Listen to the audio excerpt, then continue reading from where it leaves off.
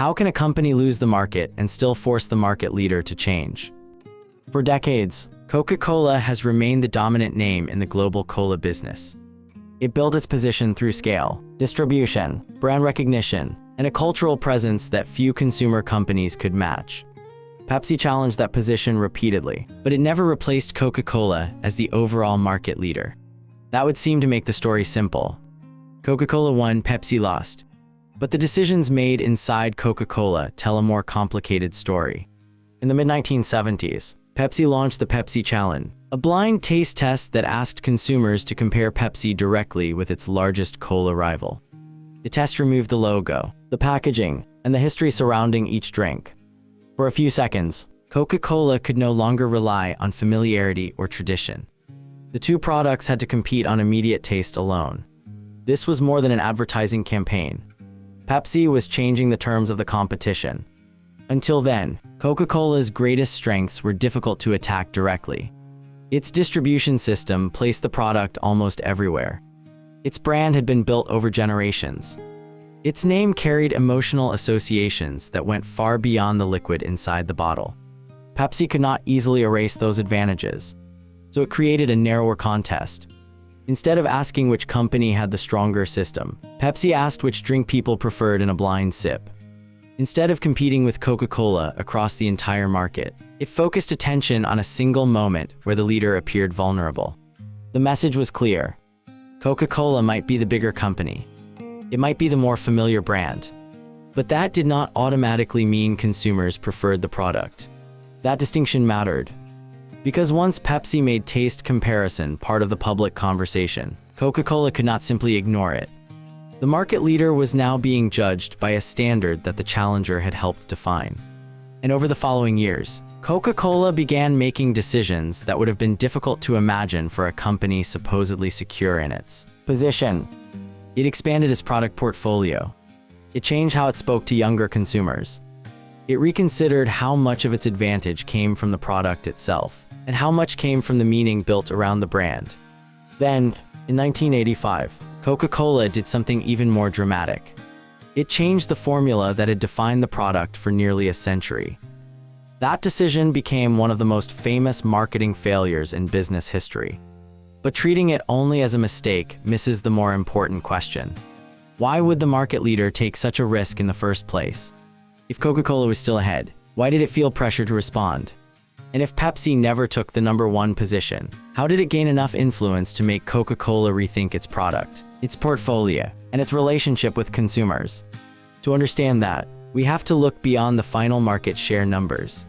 We have to look at how Pepsi chose the battlefield, how Coca-Cola reacted, and why a company does not always need to become #1 to change the behavior of the company that already is. The challenge became possible because the two companies were never fighting the same battle in exactly the same way. By the time Pepsi intensified its competitive campaigns, Coca-Cola had already accumulated advantages that had taken decades to build. Its bottling network reached markets across the world: restaurants, supermarkets, vending machines, convenience stores, and entertainment venues had become part of an enormous distribution system that was extremely difficult to replicate. Even before a consumer made a purchase decision, Coca-Cola often had the advantage of simply being available. The company also possessed something less tangible but equally powerful. Its brand had become part of popular culture. Generations of consumers associated Coca-Cola with family gatherings, holidays, sporting events, and everyday routines. Advertising had reinforced those emotional connections for decades. The value of the business no longer depended only on the drink itself. It depended on memories, habits, and trust that had been built over time. Trying to defeat that system through direct imitation would have been extraordinarily expensive. Pepsi understood this constraint. Instead of matching Coca-Cola across every dimension, it concentrated resources where the comparison could be simplified. A blind taste test ignored distribution. It ignored history. It ignored emotional attachment. It reduced the competition to a single question: which drink tastes better at this moment? That was a contest Pepsi believed it could win often enough to change public perception. At first glance, this might seem like ordinary advertising. In reality, it represented a different competitive strategy. Rather than attacking Coca-Cola's strongest assets, Pepsi searched for an area where those assets offered little protection. Instead of destroying the leader's advantages, it temporarily removed them from the equation. This distinction helps explain why the campaign attracted so much attention. The conversation was no longer about who sold more bottles worldwide. It became a discussion about whether the world's most famous soft drink was actually the preferred choice when consumers judged only the product. That subtle shift created pressure that extended far beyond television commercials. Once consumers, journalists, retailers, and investors began discussing taste comparisons, Coca-Cola had to respond to a debate it had not started. Remaining silent carried its own risk. Every unanswered comparison allowed Pepsi to strengthen the impression that the established leader might no longer represent the best product. Academic research published years later would reinforce how complicated these purchase decisions really are. Experiments comparing Coke and Pepsi found that consumer preferences changed significantly once participants knew which brand they were drinking. The findings suggested that expectations, memories, and brand identity could influence perceived taste just as much as the beverage itself. In other words, Pepsi had not simply challenged a recipe. It had challenged the relationship between product quality and brand power. For Coca-Cola, that made the competitive landscape far more complicated than a traditional market share battle. The company now faced pressure from two directions at the same time. It had to preserve the emotional value of one of the world's strongest brands while also proving that the product itself could withstand increasingly direct comparisons. Those objectives did not always point toward the same strategic response. The decisions that followed would reveal how difficult it is for a market leader to defend both its legacy and its future when a competitor successfully changes the terms of competition. The first major response did not involve changing the original Coca-Cola. It involved expanding beyond it. During the late 1970s and early 1980s, consumer preferences were evolving. Growing health awareness was accelerating demand for low-calorie soft drinks, and the category was expanding much faster than the traditional carbonated beverage market. Coca-Cola recognized that ignoring this shift would leave an opening for competitors, especially because Pepsi had already established a stronger position in Diet Cola through Diet Pepsi. In 1982, Coca-Cola introduced Diet Coke. The decision was far more significant than launching another product. According to the Coca-Cola Company, this was the first time the Coca-Cola trademark had been extended to a completely new beverage. Internally, executives believed the rapidly growing diet segment represented both an opportunity and a competitive threat. Rather than protecting only the flagship product, Coca-Cola was now protecting its position across a broader portfolio. The strategy worked. Diet Coke quickly became the leading low-calorie soft drink in the United States, demonstrating that Coca-Cola was willing to reshape its own product lineup before allowing competitors to define the future of the category. But this was only the beginning. The far more controversial decision came 3 years later. In 1985, Coca-Cola introduced New Coke, replacing the original formula with a sweeter recipe that had performed well in extensive taste tests. From a purely analytical perspective, the decision seemed rational. If blind taste tests had become an important measure of consumer preference, then improving performance in those tests appeared to be a logical response. The company conducted extensive product research involving hundreds of thousands of taste evaluations before reaching its decision. It was not acting without data. Yet the outcome became one of the most famous product failures in modern business history. Consumers reacted with anger that surprised even Coca-Cola's leadership. Complaints poured into the company. Loyal customers organized protests. Media coverage transformed the product change into a national conversation about identity, tradition, and emotional attachment. Only 79 days after the launch, Coca-Cola announced the return of the original formula as Coca-Cola Classic. Looking back, the company itself acknowledged that the reaction demonstrated something its research had failed to capture. Consumers were not simply choosing a beverage. They were protecting a symbol. The mistake was not caused by a lack of information. Coca-Cola possessed extensive consumer research, market testing, and product data. What the company underestimated was that preferences measured in controlled taste tests could not fully explain purchasing behavior in the real world. This distinction also appeared in later academic research. Studies using brain imaging found that participants often expressed different preferences when brand names were revealed, compared with blind tasting alone. Brand knowledge activated regions of the brain associated with memory, expectations, and emotional processing, showing that perception of taste could be shaped by much more than flavor itself. Seen individually, Diet Coke and New Coke appear to tell different stories. One became a commercial success. The other became a celebrated failure. Viewed together, however, they reveal something more important. Both decisions reflected a company actively adjusting its strategy instead of relying on the advantages that had made it the market leader. Coca-Cola was expanding its portfolio, reevaluating its flagship product, and reconsidering how consumers made choices. The company was no longer defending its position only through distribution and brand heritage. It had entered a competitive environment where standing still was becoming a strategic risk, even for the industry leader. The story begins to look very different once we stop measuring competition only by the final scoreboard. Market share is an outcome. Competitive influence is something else entirely.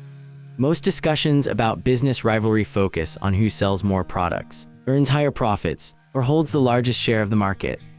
Those measurements are important, but they do not capture another form of competitive power. Sometimes the most significant impact of a competitor appears not in its own performance, but in the decisions it forces the market leader to make. That is exactly what happened throughout the Cola Wars. Pepsi never dismantled Coca-Cola's distribution network.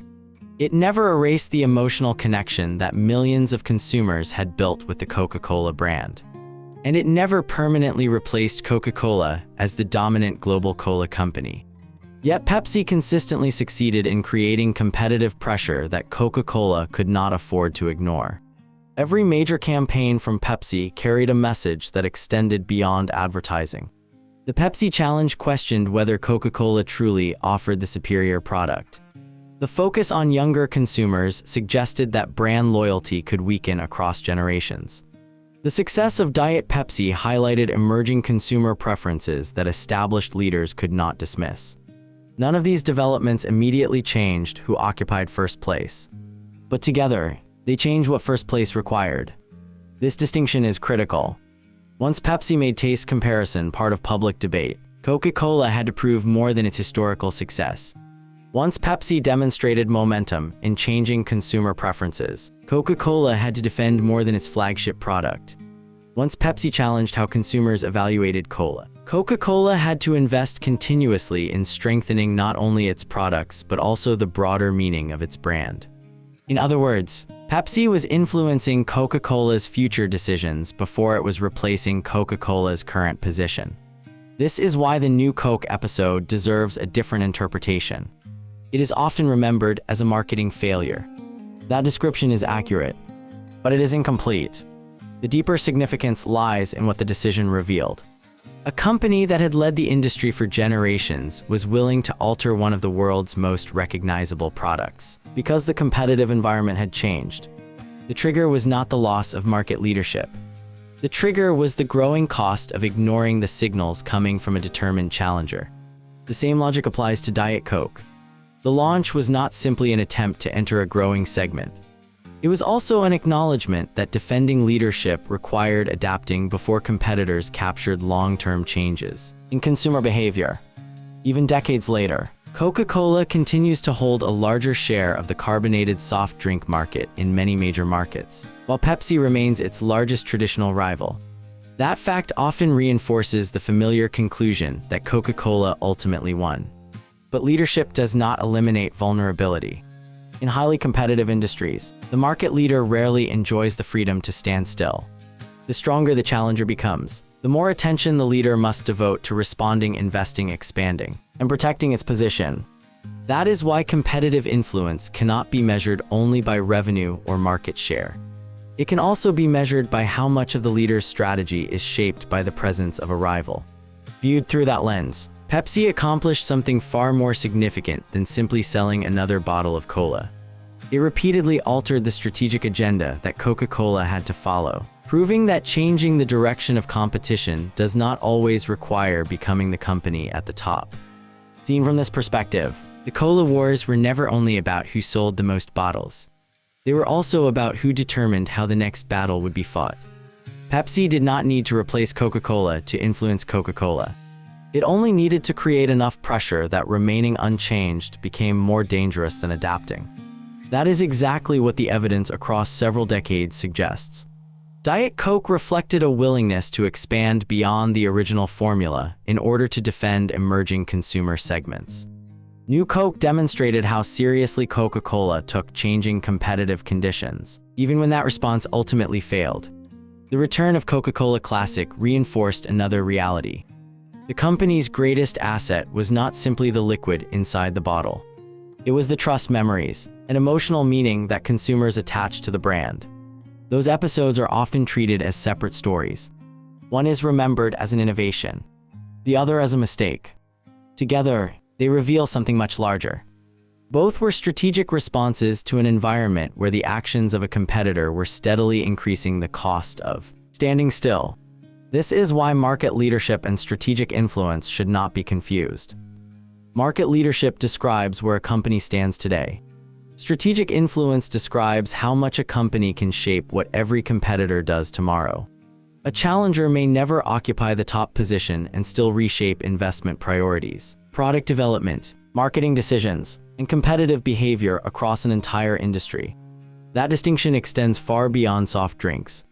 Throughout business history, strong challengers have repeatedly forced dominant companies to accelerate innovation, defend new customer segments, expand their portfolios, or rethink long-established assumptions. The challenger does not always collect the largest reward, but it often changes the direction in which the market evolves. Pepsi's greatest contribution to the cola industry may therefore be different from what most people assume. Its lasting impact was not proving that it could permanently outsell Coca-Cola. Its lasting impact was proving that Coca-Cola could no longer rely on its historical advantages alone. Every major response by Coca-Cola made one thing increasingly clear. Leadership had become something that required constant renewal. Not because the company had lost first place, but because an ambitious competitor kept redefining what first place demanded. That is what makes this rivalry so valuable as a business case. Competition is not measured only by victories. It is also measured by the changes that competitors force upon one another. A company can lose the race for market leadership and still reshape the decisions of the company that wins it. In that sense, Pepsi achieved something many challengers never do. It changed the behavior of the industry's dominant player without taking its position. And perhaps that is the more enduring way to understand competitive advantage. The most powerful competitor is not always the one that controls the market. Sometimes, it is the one that quietly changes how the market leader is forced to think, invest, innovate, and compete. When that happens, the influence of the challenger extends far beyond its market share. It becomes part of the leader's strategy itself.